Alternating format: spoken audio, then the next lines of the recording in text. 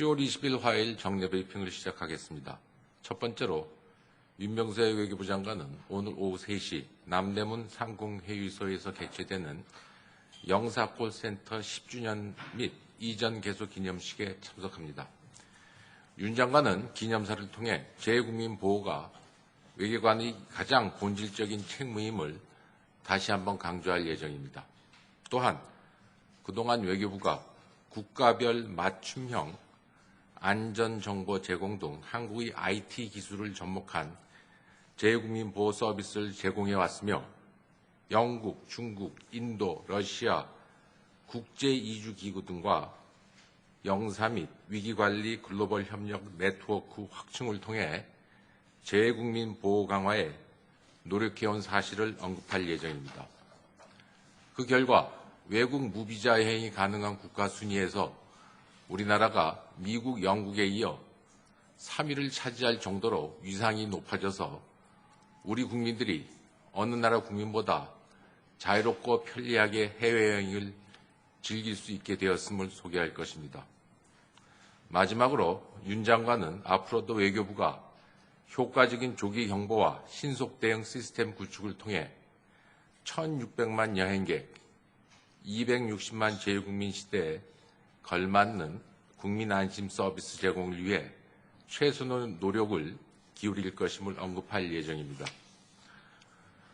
두 번째로 윤병세 외교부 장관은 10월 22일부터 23일까지 서울에서 개최되는 동북아 원자력 안전협력 회의에 참석합니다.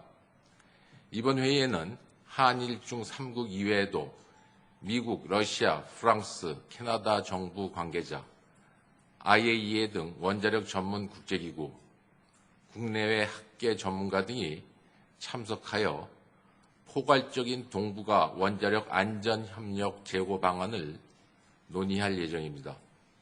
윤 장관은 개회사를 통해 원자력 안전 문제의 중요성, 원자력 안전 확보를 위한 동북아 지역 내 협력 메커니즘의 필요성 등을 강조할 예정입니다.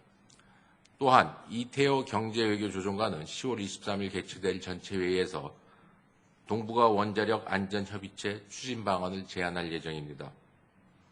이번 회의를 계기로 동북아 원자력 안전협의체에 대한 공감대가 확산되고 구체적인 추진 방안에 대한 관계국 간 논의가 본격화되기를 기대합니다. 세 번째로 윤병세 외교부 장관은 10월 21일 서울에서 열리는 한국 중장기 외교 전략의 평가 및 발전 방안 컨퍼런스에 참석합니다. 이번 행사는 정부 3년차의 변화하는 외교 안보 환경에 대한 분석을 바탕으로 향후 우리 외교가 추진해야 할 외교 전략의 비전과 목표, 과제들을 점검하기 위한 자리입니다. 윤 장관은 이날 기조연설을 통해 지난 2년 반 동안 우리 외교가 추진해온 주요 성과를 돌아보고 남은 2년 반 동안의 주요 과제를 제시할 예정입니다. 네 번째로 윤병세 외교부 장관은 10월 20일 외교부에서 나비 필레이 전 유엔 인권 최고대표를 면담할 예정입니다. 필레이 전 인권 최고대표는 윤 장관 초청과 매일경제가 주최하는 세계지식포럼 참석차 방한하였으며 동포럼에서 인권의 보편적 가치에 대해 발표할 예정입니다. 마지막으로 조태열 외교부 제2차관은 10월 22일 여의도에서 열리는 제3차 아세안 연계성 포럼에 참석합니다.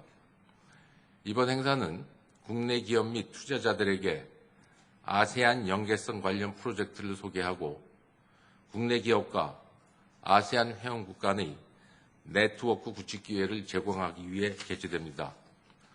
조 차관은 축사를 통해서 우리나라의 아세안 연계성 증진 노력을 소개하고 아세안 공동체 실현을 넘어선 동북아, 유럽과의 연계성 강화 가능성을 제시할 예정입니다.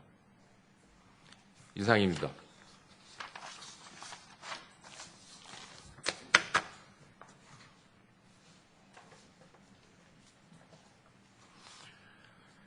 질문 있으십니까? 네.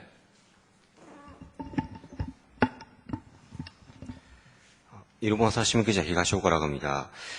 오바마 대통령 기자회견에서 박 대통령께도 유일하게 요청한 것은 중국이 법과 국제 규범 준수를 원한다는 것입니다. 실패한다면 한국이 미국처럼 목소리를 내야 합니다. 그렇게 말했습니다. 이 발언에 대해서 한국 정부 입장에 대해서 설명 부탁드리겠습니다. 그리고 중국이 남중국에서 인권성 건설하고 있는 문제에 대해서 어떻게 생각하고 있는지 말씀 부탁드리겠습니다. 우선 먼저 질문에 대해서 답변하겠습니다. 오바마 대통령의 발언은 원칙적 차원에서 중국의 국제 규범 준수 필요성을 강조하는 취지로 이를 확대할 필요는 없다고 봅니다. 남중국해 문제 관련해 두 번째 질문인 남중국해 관련해서 제가 답변을 드리겠습니다. 우리는 2010년부터 ARF 외교장관 회의 및 EAS 외교장관 회의 등에서 남중국해 분쟁의 평화적 해결, 남중국해 행동선언의 효과적이고 완전한 이행, 남중국해 행동규칙의 조속한 체결이라는 입장을 명확하고 일관되게 표명해 왔습니다. 특히 지난 8월 말레이시아에서 개최된 EAS 외교장관 회의에서는 우리 입장을 보다 분명하고 상세히 밝혔습니다. 우리는 남중국해 문제가 국제적으로 확립된 행동규범에 따라 평화적으로 해결되어야 한다면서 항행 및 상공 비행의 자유보장, 분쟁을 고조시킬 수 있는 행위 자제 필요성을 강조한 바 있습니다.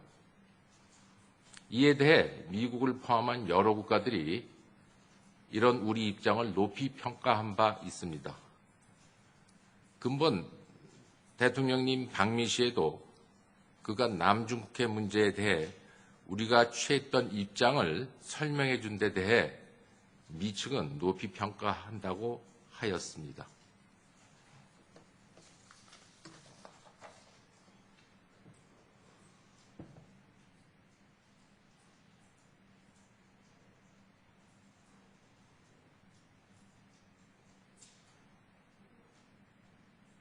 네.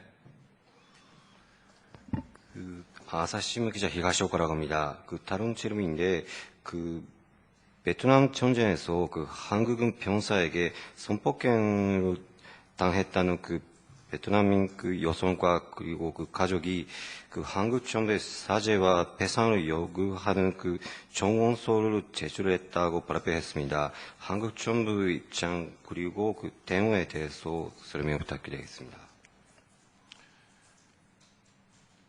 질문하신 사안의 경우에는 실체가 명확하지 않은 것으로 알고 있습니다.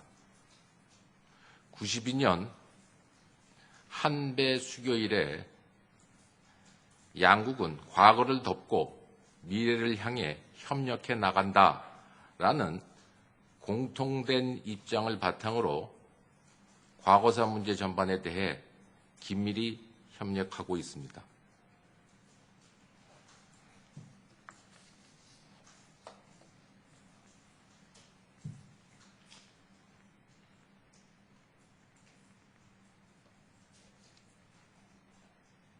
네. 미디어팬의 김소정입니다. 최근 일본에서 아베 총리가 야스쿠니 신사의 공물을 복납한 데 이어서 강요들이 잇따라서 참배를 했고 오늘 오전에 또 국회의원들이 집단 참배를 했습니다. 이것과 관련해서 앞으로 예정되어 있는 한일 정상회담 개최 여부와 포함해서 정부 입장을 좀 듣고 싶습니다. 아베 총리 야스쿠니 신사 공물 복납에 대해서는 제가 외교부 대변인 논평으로 이미 입장을 발표한 바 있습니다. 그리고 질문 중에 한일 정상회담이 예정되어 있다고 말씀하셨는데요.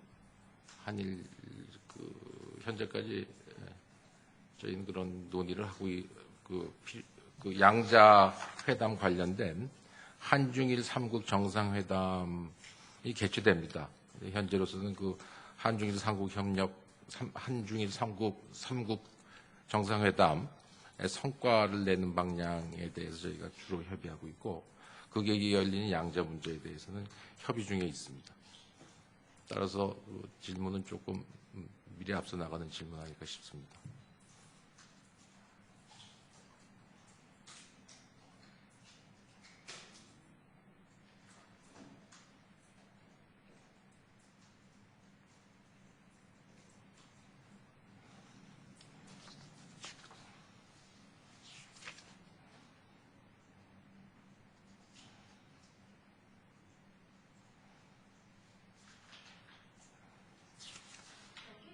고민나 기자인데요. 그럼 아까 그 남중국해 관련해서 조금 부연 질문을 드리자면, 그 오바마 대통령도 구체적으로 남중국해라는 거를 언급한 적은 없는데 그런 해석이 나오는 이유는 뭐라고 생각하십니까?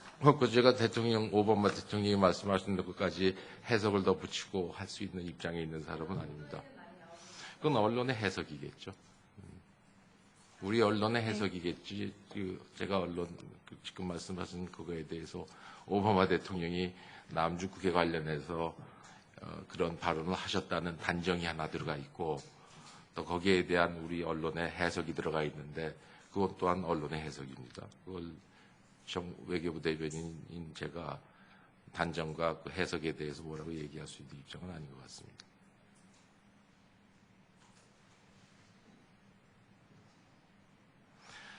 제가 한 가지만 추가시킬 거 있으면요. 국제규범 준수와 평화 안정 유지, 그런 것들은 국제사회 모두의 이익입니다.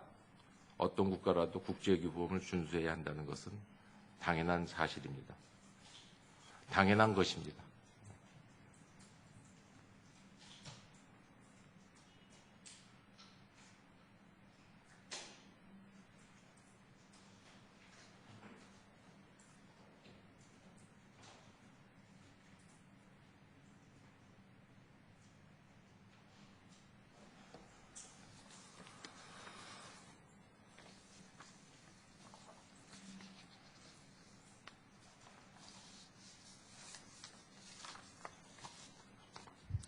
이만할까요?